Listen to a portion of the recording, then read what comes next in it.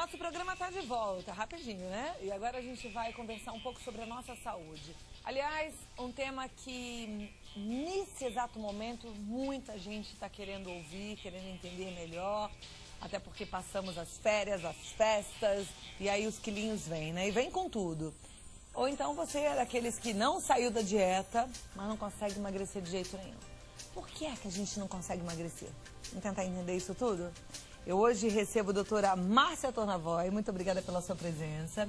A doutora Márcia é médica clínica generalista pela Faculdade Estadual de Medicina de São José do Rio Preto, pós-graduada em homeopatia pela Sociedade Brasileira de Homeopatia, oxidóloga clínica pela Universidade do Grande Rio e é nutróloga, e a gente vai conversar com ela para entender o que é que a gente precisa realmente fazer e o que pode estar acontecendo quando a gente persiste num plano alimentar e não consegue perder nada de peso.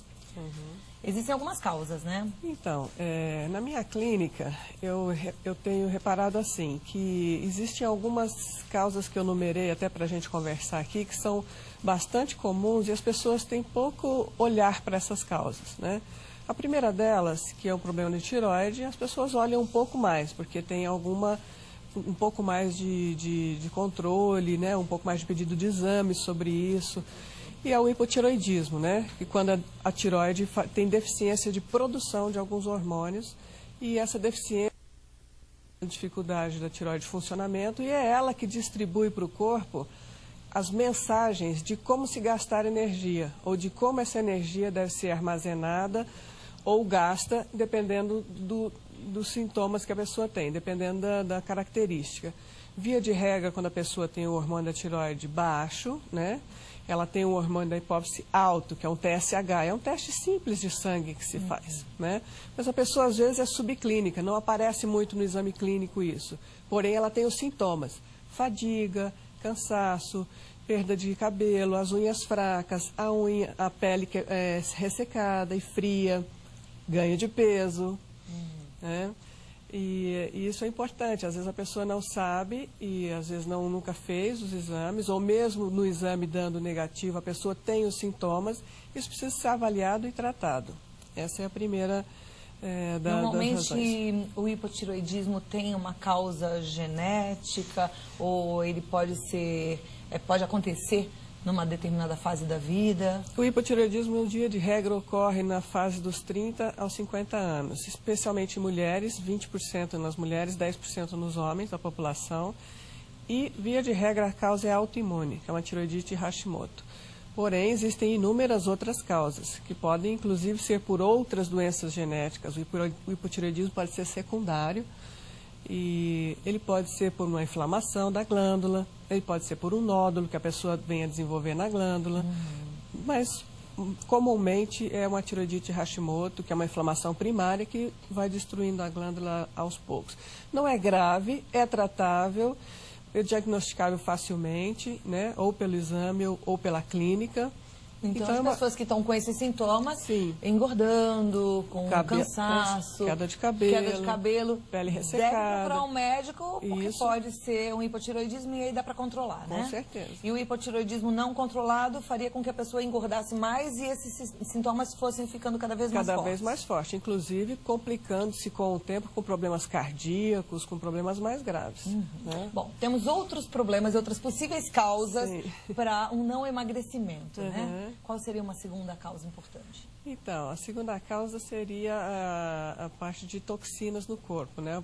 Principalmente as que são elaboradas por parasitas. Muitas vezes as pessoas não sabem que a gente também tem parasitas no intestino. Isso é uma coisa que às vezes a pessoa cria um cachorrinho, um bichinho, todo ano ela faz o exame do cachorrinho ou dá um vernífero para o cachorrinho e para o bichinho.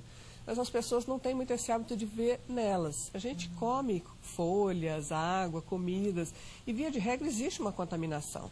Essa contaminação acaba indo para os nossos alimentos. E todo mundo tem algum tipo de contaminação por parasita. Apesar das pessoas não gostarem muito desse assunto, achar que é nojento, mas os parasitas, eles fazem algumas coisas no organismo. Primeiro, eles roubam os nossos nutrientes. E a deficiência dos nutrientes faz com que você tenha o quê? Mais fome, principalmente por doce. Por quê? Porque você tem que repor as energias e você tem que repor os nutrientes que você está dividindo com os parasitas. Outra coisa, eles jogam no organismo uma quantidade enorme de toxinas. E o corpo, para não deixar com que essas toxinas vá parar em algum lugar nobre, ele cria um depósito nas gorduras. Então, como é que você emagrece se o seu corpo tem toxinas? A inteligência do corpo não deixa. Muitas vezes aquelas gordurinhas estão cheias de toxinas e você faz tudo para perder, mas continua intoxicado. O que o corpo faz? Ele fala, não. O corpo tem a sua inteligência, porque se eu tirar a gordura, eu vou ter que jogar essa toxina onde? No coração, no rim, no cérebro. E aí, como é que seria para combater isso e deixar o corpo livre dessas toxinas? Tomar um vermífugo? Então, normalmente sim, tem que observar com exames, né, para ver se existe algum específico para que seja tratado aquele especificamente. Pedir para o seu médico fazer uma vermifugação, ou com plantas, ou com vermífugos químicos mesmo. Né? Ok, e aí tratado, o corpo vai responder de forma natural. Muito melhor. Outra causa, doutora? A outra causa são as toxinas dos alimentos em geral, e do ar que a gente respira, né? Da poluição que a gente tem, da água que a gente toma, que são os herbicidas, os corantes, os acidulantes, isso tudo é tóxico. Né? E por esse mesmo motivo, né, que a gente já explicou anteriormente, o corpo também faz o quê? Aumenta a quantidade de gordura para que essas toxinas vão ser depositadas lá e não vá para lugares nobres. Então, o que acontece? Você está fazendo a sua dieta, está malhando, está fazendo tudo direitinho, no entanto, às vezes toma excesso de refrigerantes que tem toxina, às vezes come comida coradas, né, com biscoitinhos, coisas desse tipo. Às vezes, via de regra, a gente come muito herbicida, porque a gente come legume, verdura, né? Normalmente a gente vive numa cidade grande que é poluída, então tem a poluição do ar. Nem sempre a gente tem o cuidado de ver de onde vem a água que a gente está tomando. Tudo isso é toxina. E o corpo, ele tem que dar um jeito nisso, porque ele não pode, em hipótese alguma, deixar que isso atrapalhe o seu funcionamento nobre, que é o que o mantém vivo e íntegro e saudável. Não pode Aí chegar ele faz no o quê? vital, Aumenta a gordurinha e joga todas as toxinas para lá, porque lá elas ficam inertes. A gordura, o corpo é muito sábio, porque a gordura, o que ela faz? Ela deixa as toxinas inertes. Quando você consegue se desintoxicar, faz um processo de desintoxicação, vai limpando isso, o que acontece? Automaticamente aquela gordura é dispensável, porque o nível de toxina cai, a quantidade de gordura que você precisa para se manter limpinho por dentro diminui, então você pode jogar fora. Agora, então, como é que a gente faria essa desintoxicação se for nesse caso? Então, nesse caso, primeira coisa, o estilo de vida a gente tem que observar mais. Observar que tipo de água que você toma, né? Evitar comidas que tenham corantes, né? Comer coisas mais naturais e tomar principalmente suco, comer frutas e verduras e legumes que ajudem no processo de desintoxicação. Né? De manhã, em vez de tomar só café, comer pão, queijo, essas coisas, procure comer uma fruta ou tomar um suco, né? Uma maçã, uma cenoura, um suco batido, uma beterraba, que são coisas desintoxicantes. Procurar comer frutas que tenham muita água, né? Como a melancia. Mas tudo isso engorda. Sim, engorda se você tomar em grande quantidade e se você colocar açúcar ou adoçante. Mas se você tomar em pouca quantidade, diluído numa água boa, a água sempre cuidar do pH da água, pH sempre acima de 7, tudo isso ajuda no processo de desintoxicação. Não deixar o intestino preso, né?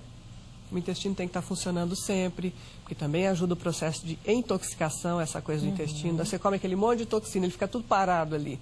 O organismo tem que absorver. O normal, o saudável é que o intestino funcione diariamente. Diariamente. Quem não tem esse tipo de funcionamento também precisa dar uma olhadinha, ver o que está acontecendo. Também né? precisa. Tá. Agora, bom, além disso tudo, mais toxinas, o que a gente precisa ficar atento, o que a gente pode fazer para melhorar esse processo de emagrecimento? Tem uma coisa importante, que as pessoas fazem ginástica aeróbica, normalmente são uma aeróbica de correr. Vamos supor que a pessoa goste de correr, no ritmo que ela vai sempre daquele jeito, ou na rua, ou na esteira, ou andar de bicicleta. As pessoas pensam que este tipo de atividade aeróbica emagrece. De fato, enquanto você está fazendo esse tipo de atividade aeróbica, que a gente chama de aeróbica constante, você vai perdendo caloria naquele momento. Só que todo esse processo da aeróbica constante, eu corro todo dia 50 minutos no mesmo ritmo. Vamos supor, 5,5 na esteira. O corpo vai se habituando a isso. Então, o que ele faz? Ele sabe que ele vai perder aquelas calorias de 5,5 daquele processo. O que ele faz? Quando você termina e acabou de queimar suas calorias, imediatamente ele começa a guardar calorias para o próximo dia. Olha, o corpo da gente é mais inteligente que nós mesmos podemos imaginar, né? Por quê? Porque é uma coisa constante, é um hábito. O corpo cria esse hábito também. Então ele fala, bom, eu vou gastar tanto, então eu vou guardar tanto. E este ritmo é um ritmo que, se as pessoas querem emagrecer, elas vão ter o quê? Que cada vez mais aumentar o tempo em que elas vão estar nesse mesmo ritmo. Qual é o correto? Fazer exercícios intervalados. Você anda na esteira no 5,5 por 10 minutos e corre no 7,5 por 1 minuto. Volta, 10 minutos e corre por 1 minuto. O que você faz quando você corre? Você desestabiliza essa unidade, você cria um processo de queima de caloria rápida, aumento da oxigenação, aumento do batimento cardíaco e, ao mesmo tempo, você quebra essa sequência do hábito. Olha que bacana. Bom a gente aprender essas coisas, né? Com quem estuda, com quem vive para isso e está aqui para nos ajudar a entender melhor como é que é o processo do nosso corpo. Vamos colocar em prática, então. E esse esqueminha de caminhar durante esses 5 minutos, correr durante 1 minuto, é uma delícia também. Delícia. Acho que vale a pena você dar uma incrementadinha aí nos seus treinos diários. Agora tem mais, né? Dieta inadequada. Então, todo mundo sabe que o corpo tem uma carga genética, né? Existem algumas teorias que falam sobre essa carga genética. Uma delas é a teoria do tipo sanguíneo, que fala que dependendo do tipo sanguíneo, que tem a ver com a sua carga genética, você pode comer algumas coisas que são boas para o seu tipo sanguíneo e outras inadequadas. Isso é só uma teoria. Existem outras teorias, como existem muitos estudos que revelam que cada tipo de metabolismo, tá, ele responde a um tipo de alimento. Esse metabolismo, ele é ditado pela genética, em parte, mas em parte também pelo seu estilo de vida, certo? Porque o estilo de vida, ele vai o quê? Modular essa genética, ele vai criar uma expressão da sua genética. Eu tenho uma genética muito propensa a diabetes, a colesterol, a isso, aquilo, a doença cardíaca e tal. Então, eu estou fadado ao que eu vier a comer, não importa o que, eu vou ter as doenças, ou eu vou desenvolver algum tipo de obesidade. Não. Né? A carga genética, ela dita uma predisposição, mas ela não é condenativa. Você pode estar sempre observando, né, o que o seu médico pode observar é se você tem intolerância ao glúten, por exemplo. Tem pessoas que não são celíacas, não tem doença de glúten, mas elas são intolerantes. Elas distendem o abdômen, elas prendem o intestino, elas tendem a ganhar peso e a reter líquido por conta disso. Outras pessoas têm uma carga genética relacionada com dificuldade de digestão da lactose, por exemplo. Então, ela vai criar alergias, aquela intolerância, aquele mal-estar. Ou a pessoa exagera no açúcar, né? Então, ela desestabiliza o resto do corpo, ela desestabiliza o pâncreas, desestabiliza a tireoide, ela desacelera o metabolismo. Então, o médico, o nutrólogo principalmente, ele tem que observar esses detalhes e dar esse feedback ao paciente. Olha, você não deveria comer isso, não deveria comer aquilo, porque seu metabolismo não reage bem. Isso é de pessoa para pessoa, De pessoa para pessoa. E o que quem está em casa pode fazer, a princípio, é observar aquilo que não faz bem. Exatamente. O corpo é muito intolerante. sábio. Exatamente. E o que é intolerante vai fazer mal e vai acabar engordando. Exatamente. É isso? Porque ele vai criar toxinas, porque ele vai ficar parado no seu intestino, né? E porque ele vai te gerar, às vezes, algum outro tipo de fome exagerada por algum outro tipo de alimento calórico, como farináceos, doces, né? Bom, quando a gente pensa em calóricos, em toxinas, a gente também lembra dos refrigerantes, né? Sim. E aí, hoje, as pessoas falam muito com frequência do refrigerante diet, do refrigerante light. E aí? É mesmo um veneno? Então, o que acontece? O refrigerante, toda comida, não só refrigerante, mas toda comida e bebida light diet, ela tem os aditivos, os edulcorantes, né, que dão o paladar do doce. O paladar do doce, quando ele entra na nossa boca, o cérebro imediatamente espera o açúcar. O açúcar vai para onde? Ele vai para o pâncreas para criar energia para o corpo. Se esse açúcar não chega lá, porque ele não existe, certo? O cérebro diz, bom, então eu tenho que comer mais. Cadê o açúcar? Qual é a dificuldade, então? Todas as vezes que se come um edulcorante, ou seja, um adoçante num light ou num diet, você está dando a mensagem para o seu cérebro de que você precisa comer mais. Então, o que ele vai fazer? Aumentar a sua fome. Então, o ideal mesmo é não tomar, mas se tomar, então toma um pouquinho. Exatamente. E toma do normal mesmo. E evitar mesmo os edulcorantes e os açúcares. Perfeito. Bom a gente aprender, né? Falta de enzimas. As enzimas digestivas são responsáveis por quebrar os alimentos, né? E fazer com que o organismo absorva os nutrientes. Falta de enzimas, dificuldade de quebrar esses alimentos, os nutrientes não chegam adequadamente aonde deveriam chegar, o cérebro tem a mesma percepção.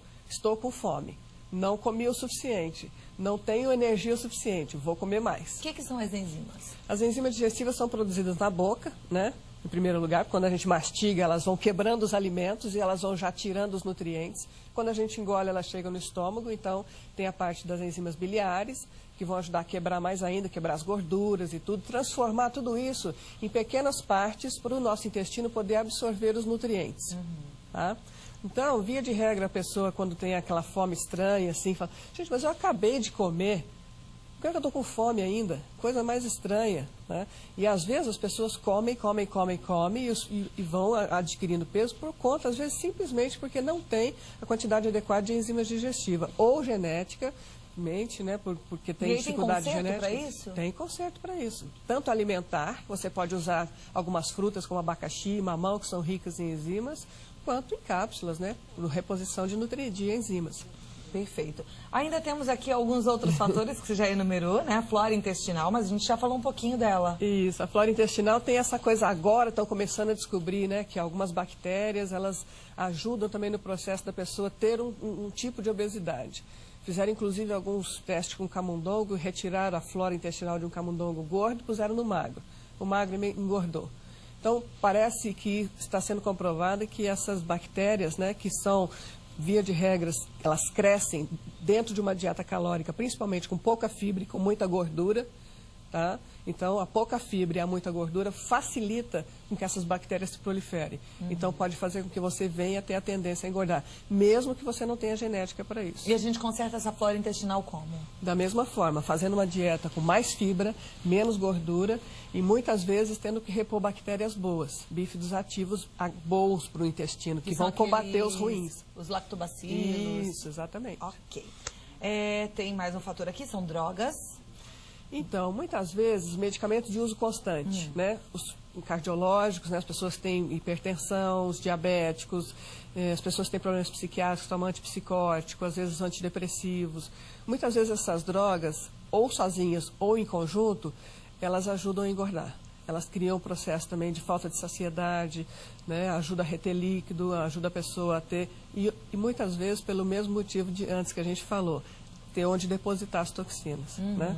Então, às vezes a gente vê a pessoa, ela está muito inchada, muito infiltrada, que a gente fala, nossa, a pessoa parece que toma muito remédio. Às vezes até percebe no rosto, né? Às vezes a pessoa psiquiátrica que toma durante muito tempo.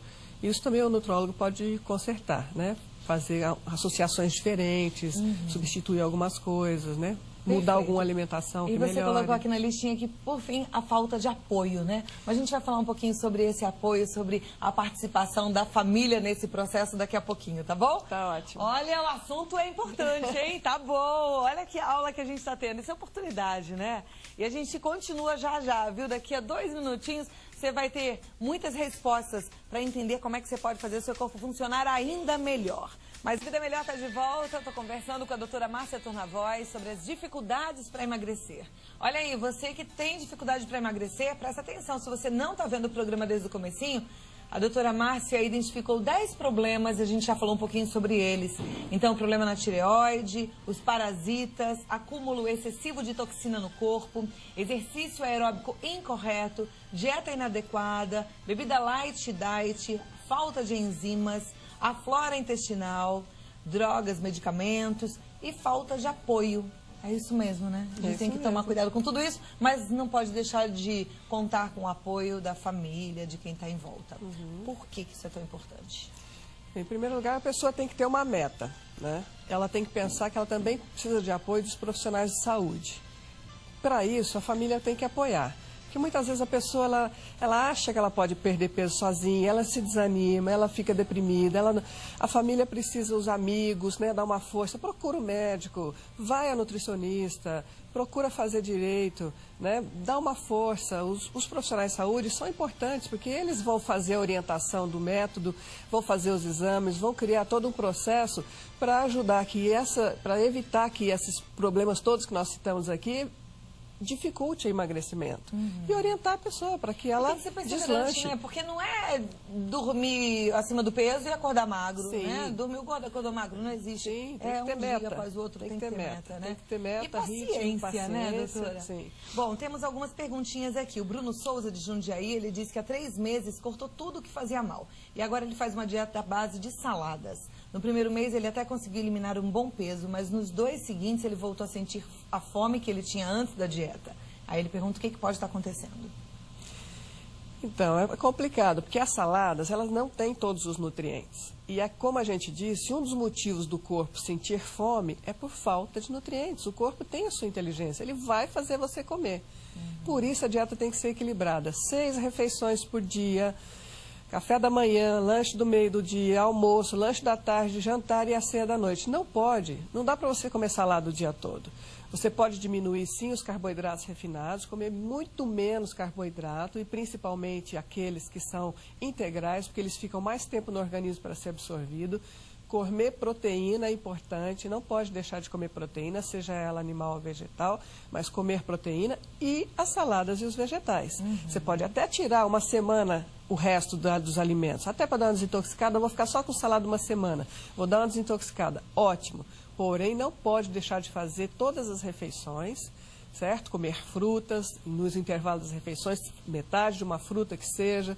Não é uma quantidade enorme, mas os nutrientes todos têm que estar na dieta. Porque senão, no final das contas, você vai sentir fome. Então, essas dietas restritivas, por exemplo, vou comer só proteína durante 15 dias, ou não vou comer carboidrato nunca mais na vida, isso tudo não é recomendado. Não é recomendado. Porque o corpo vai se ajustar. Vai se ajustar. Você pode fazer intervalado isso também. Vou comer só proteína durante uma semana. Ótimo.